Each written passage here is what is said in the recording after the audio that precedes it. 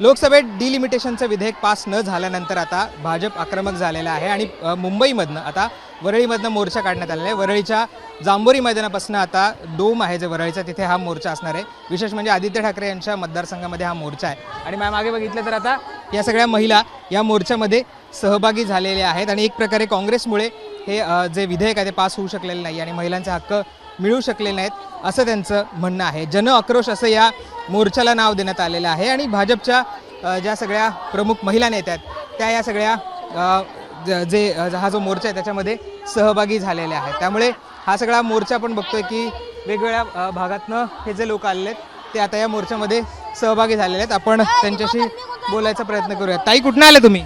ठाणा ठाण्यावरनं आलेला आहात? वाशी काय कशासाठी आहे मोर्चा? काय प्रयोजन आहे? काय माहिती नाही आम्हाला, आमच्या नगरसेवकनं पाठवले, आम्हाला काय माहिती नाही कशाचं। पण ते तुम्ही मोदीजींचं भाषण ऐकलं परवा, ते संबोधन केलेलं ऐकलं का? नाही टीव्हीवर नाही ऐकलं तुम्ही? नाही ऐकलं। अजून आपण बोलायचा प्रयत्न करूया। ताई, कुठनं आलेला आहे तुम्ही? बोलायला तयार नाही आहेत, वेगवेगळ््या भागांमध्ये आलेलं। ते म्हणले की कशासाठी मोर्चा आहे हा? काही महिला आहेत। आपण ताई, कुठनं आले तुम्ही? खोपोली। एवढ्या लांब आला? हो।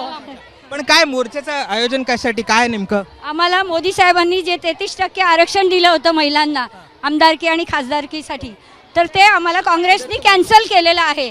त्याच्या निषेधार्थ आम्ही हा मोर्चा काढलेला आहे। मोदीजींचं तुम्ही मग भाषण ऐकलं परवा, ते संमेलन? हो, ऐकलं। पण मग तिथे ते जे काँग्रेस आहे त्यांचं म्हणणं आहे की ते 2023लाच पास झालंय विधेयक, हे वेगळं विधेयक होतं। नाही, तेच आहे।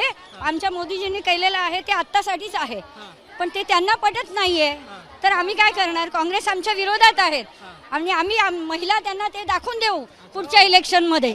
तुम्ही कार्यकर्तात की सर्वसामान्य पदाधिकारी आहोत? धोखा दिया कांग्रेस ने, धोखा दिया कांग्रेस। महिलांवर आमच्या अत्याचार, महिलांवर अन्याय केलेला आहे हा काँग्रेसने, याची जागा त्यांची आम्ही त्यांना बरोबर दाखवून देऊ। पण ते हा बरोबर, मी ऐकलं तुमचं, पण त्यांचं असं म्हणणं आहे की 2023ला महिला विधेयक पास झालं, हे डिलिमिटेशन होतं ज्याच्यामध्ये मतदारसंघ वाढवत होते, महिलांच्या आरक्षणाची काही घेणं देणं नाही। 2023ला जे लागू झाले ते लागू करत नाहीयेत। नाही, लागू तर केलंच होतं, आता त्यांनी लागू केलंच होतं आणि ते 2029ला पण होणारच होतं असं। पण आता महिलांना त्यांनी जास्तीत जास्त आरक्षणासाठी सुविधा चालू केल्या होत्या, त्या आता आम्हाला सुविधा चालू झाल्या असत्या आतापासून, तर त्यांनी कॅन्सल केलेल्या आहेत। या सुविधा नाही, हे मतदारसंघ वाढणार होते, महिलांना प्रतिनिधित्व मिळणार होतं। बरोबर आहे। तर काँग्रेसनं म्हणते की 2023ला झालंय ते पास, हे डिलिमिटेशन होतं, म्हणजे मतदारसंघ वाढवणार होते, त्याच्यामुळे चालत बोला, त्याच्यामुळे ह्याचा आणि त्याचा काही संबंध नाही महिला आरक्षणाचा ह्याचा? नाही, संबंध नाही असं नाही, पण महिला आरक्षण हे 100% मिळालं पाहिजे। 23 साली चालू केलं होतं, पण काही लोकांनी त्यावर बंदी आणली, काही नियम टाकले, त्यामुळे आता मात्र आम्ही हे घेऊनच राहणार। 23ला पास झालं म्हणताय? पास तर झालंय 23ला, मग लागू करत नाही असं त्यांचा आरोप आहे काँग्रेसचा। कसं आहे, आता काँग्रेस आहे, आरोप तर करतच राहणार। मोदीजी पुढे जात आहेत म्हटल्यावर आरोप तर करणारच ना ते।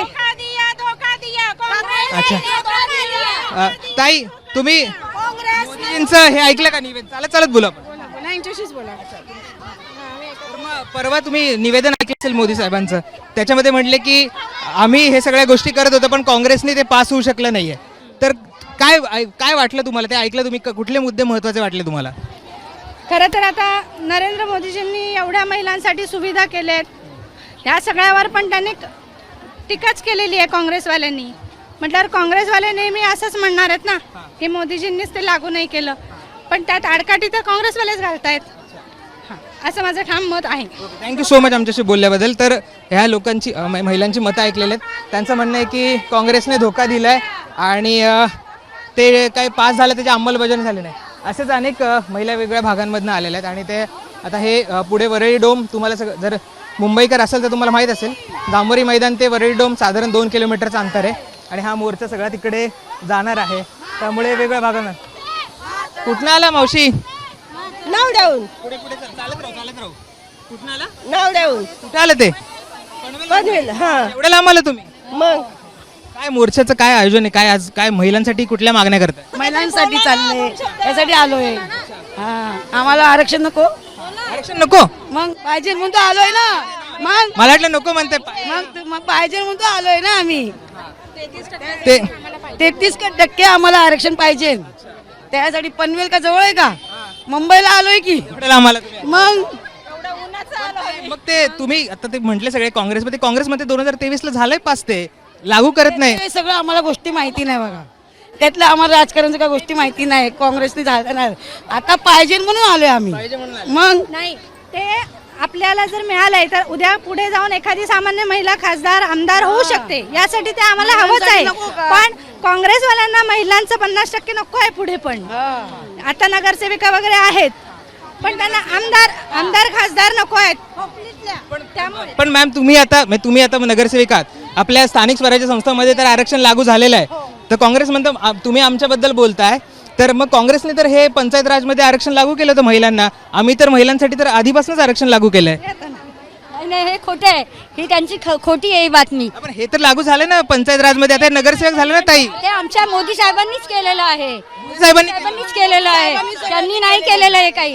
हा, हे मोदी साहेबांनीच 50% आरक्षण पण मोदी साहेबांनीच केलेलं आहे. नगरसेवक पंचायत राजमध्ये झालं ते पण मोदी साहेबांनी केलं. साहेबांचंच आहे ते काम. कधी झालं पण हे लागू? मग झालं 5 वर्षापूर्वी झालंय. 2023 पूर्वी झालंय ते. 2023 ला लागू झालंय मग. ठीक आहे, वेगवेगळी मतं आहेत. त्या म्हणतात की 2023लाच महिलांचं लागू झालेलं आहे आणि परत ते मोर्चा पण महिला आरक्षणासाठीच काढतात. त्यामुळे महिलांची मतं घ्यायचा प्रयत्न केला. एक नगरसेविका सुद्धा होत्या ज्या वेगळ्या भागांमधून आलेल्या आहेत. काही खोपोलीची लोकं होती, काही पनवेलची लोकं होती, महिला होत्या आणि ते या सगळ्या मोर्चामध्ये सहभागी झालेले आहेत. या मोर्चा आता हा पुढे जांभोरी मैदानपर्यंत जाईल आणि तिथे याचा शेवट होईल. या सगळ्या संदर्भातले अपडेट आम्ही तुमच्यापर्यंत पोचवत राहणार आहोत. मी याला विनंती करतो की पुढे सुद्धा तो मोर्चा दाखव, कुठपर्यंत हा मोर्चा गेलेला आहे आणि किती लोक आलेली आहेत. तर हा आता वरळीच्या चौकापर्यंत मोर्चा आला आणि इथून आता तो पुढे वरळी डोमकडे जाईल, वरळीच्या ह्याच्यापर्यंत जाईल आणि त्यानंतर या मोर्चाची सांगता होईल. आणखी सुद्धा आपण पुढे जेव्हा मोर्चाच्या ठिकाणी जाऊ त्यावेळेस आपण आणखी काही पदाधिकाऱ्यांचे नेत्यांचे मुलाखती करायचा प्रयत्न करू आणि महिलांच्या सुद्धा प्रतिक्रिया जाणून घ्यायचा प्रयत्न करू. कॅमेरा पर्सन स्वराज दीक्षितसह राहुल गायकवाड, वरळी, मुंबई तक.